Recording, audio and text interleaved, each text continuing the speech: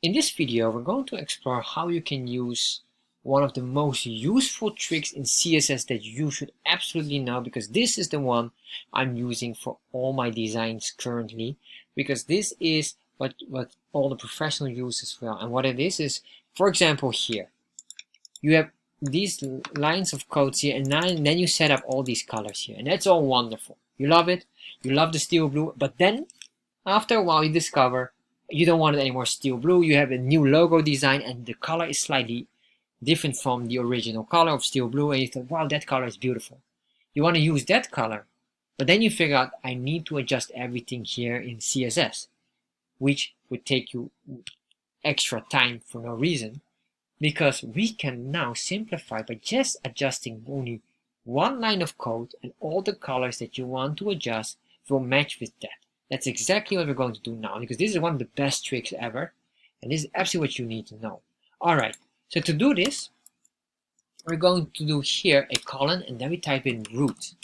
So the root, basically this root selector will pinpoint the root that this style sheet is built on, which is in this case a HTML document.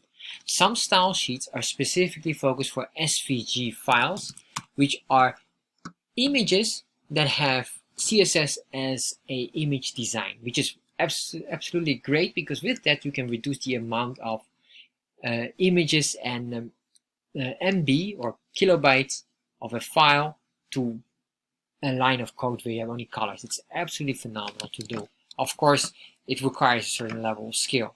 However, with the root, we'll pinpoint them basically now the HTML file, because we're pinpointing to an HTML file. So the root of the HTML file is, in this case, HTML.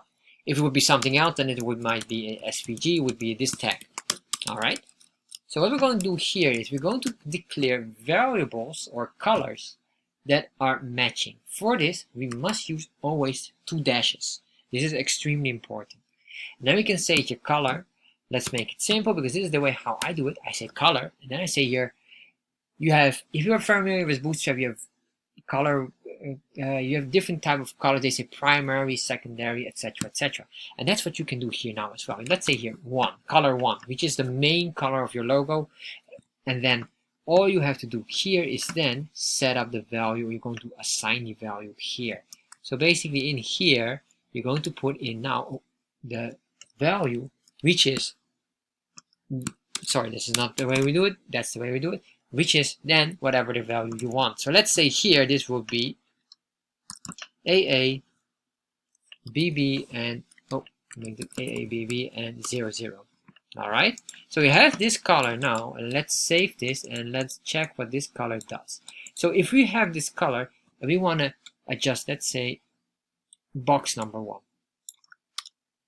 To do this, we need to then use this here. This command now becomes a key command for this color. And if you have another one, you could just do it at the bottom here, just below here, and they say number 2. And this could be maybe the font color or something, and this could be 000 for black. That's fine. We just do it like that. And now what we can do is, if we have a color or a background color, we can now say this, and then we say a variable, because basically what we do is we create a variable out of it. And what's the variable name? It's not this anymore. No, it's just this. Now as you can see now, if we assign this and we save this, let's see what happens. We can refresh. We can see here now we have the root color, and then we have to double check here what's going on. The color here, no, background is not, of course, sorry. This here, the background doesn't have anything, so I'm going to give this here show color. There you are. So now we can see here what's going on. We can see here the first one, box 1, has this background color, and the variable, the paragraph. Is there any paragraph? There's apparently no paragraph here. Am I correct? There's none. Let's make one. So if we save this and refresh, and then make here ABC. This is var color. Now you can see we get this olive color lookalike, and we can use this as well, same in anything else. So we can say here variable, we can copy this, and then we say we put it in box 1, and also we put it in box number 3. Let's save this, And this here variable we can put here in box, and then we say number 2. Refresh, and now we get these colors. And imagine now you say, well, I saw this and I changed my mind. I would like to have a different color. Fair enough. We can change this here, and it can be done with everything else. We can say RGB, RGBA, and we can just put in here RGBA. That will be RGBA, sorry.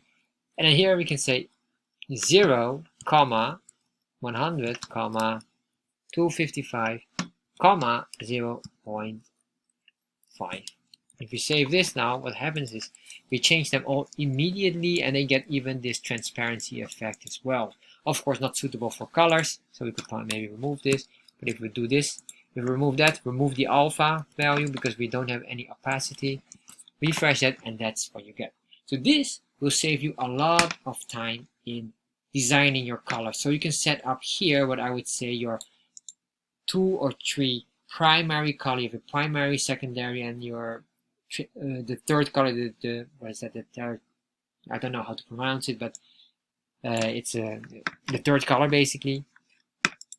With that, you have this brand 1, brand 2, brand 3, etc., etc. This will help you. Always make sure you have this here, the double dashes, and you use the variable here. You put it in parentheses.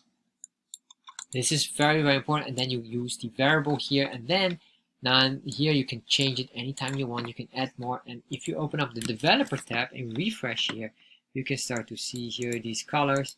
They start to work and start to show exactly the values that we have. Very, very useful. This is one of the best tricks that I've learned in CSS that I've been using forever since then. Because this is the key trick to save you a lot of time in changing colors. Alright, so make sure you use this. Thank you for watching this video. If you enjoyed this video, make sure you subscribe to my channel, and if you have any questions regarding this, make sure you put them in the comment section. I'll get back to you. And if you enjoyed this video, check out the next video here.